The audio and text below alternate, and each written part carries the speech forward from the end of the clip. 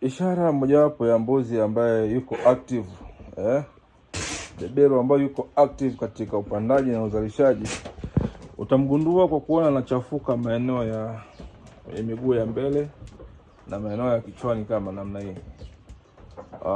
Uchafu huu ni kwa sababu ya hii ni mikojo. Of course, mara kwa mara anapokuwa active huwa ana tabia ya kujikojolea maeneo haya miguu ya mbele, na huku usoni huwa anapenda kujikojolea namna hii.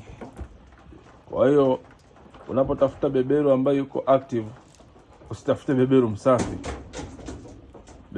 Mpate beberu ambaye utamkuta ni mchafu maeneo ya miguu ya mbele, yaani kwenye mikono na kichwani namna hii. Huyo beberu, hii ni ishara ya kwamba beberu yuko active na anaweza kuzalisha kwa ufasaha zaidi. Beberu msafi ana changamoto zake, lakini super charge inakuwa namna hii. Muda wote anajisikia fahari kujikojolea, kuonyesha umwamba. Muda wote anajisikia fahari kuonyesha umwamba kwa kujikojolea, kuonyesha kwamba yeye ni bora.